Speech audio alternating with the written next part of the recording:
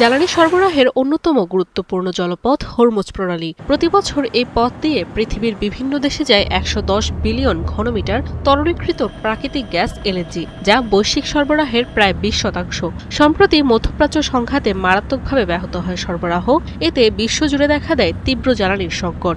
আন্তর্জাতিক জ্বালানি সংস্থা আইইএ বলছে, হরমুজে বাধা পেলে যে পরিমাণ গ্যাসের সরবরাহ বন্ধ হতে পারে তার দ্বিগুণেরও বেশি অপচয় হয় প্রতি বছর।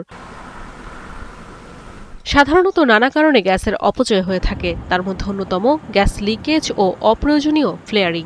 তথ্য বলছে, বিশ্বব্যাপী তেল গ্যাস উত্তোলনের সময় মিথেন গ্যাসের লিকেজ বন্ধ করা গেলে প্রতি বছর অতিরিক্ত ১০০ বিলিয়ন ঘনমিটার গ্যাস পাওয়া সম্ভব। এছাড়া জরুরি প্রয়োজনের বাইরে গ্যাস পুড়িয়ে ফেলা বা ফ্লেয়ারিং বন্ধ করা গেলে আরও ১০০ বিলিয়ন ঘনমিটার বাজারে যুক্ত হতে পারে।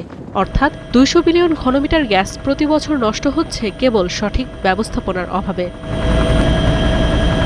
জ্বালানি সংকটের এ সময় বিপুল পরিমাণ গ্যাস নষ্ট হওয়াকে বড় অপচয় বলছে আন্তর্জাতিক জ্বালানি সংস্থা আইইএ। তাদের মতে, পাইপলাইনের লিকেজ মেরামত, ত্রুটিপূর্ণ যন্ত্রপাতি পরিবর্তন ও অতিরিক্ত জ্বালানি পুড়িয়ে না ফেলে তা ধরে রাখার মাধ্যমে ১৫ বিলিয়ন ঘনমিটার গ্যাস বাজারে আনা সম্ভব, যা কিছুটা হলেও সংকট লাঘবে গুরুত্বপূর্ণ ভূমিকা রাখবে।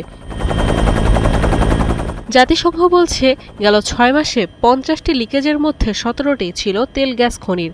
এসব সাইট থেকে লিকেজ বন্ধ করা গেলে তা দিয়ে পশ্চিমের দেশগুলোর প্রায় ৭.৫ লাখ বাড়ির ১ বছরের গ্যাস সরবরাহ সম্ভব হতো। নাদিয়া ইসলাম তুলি, ৭১।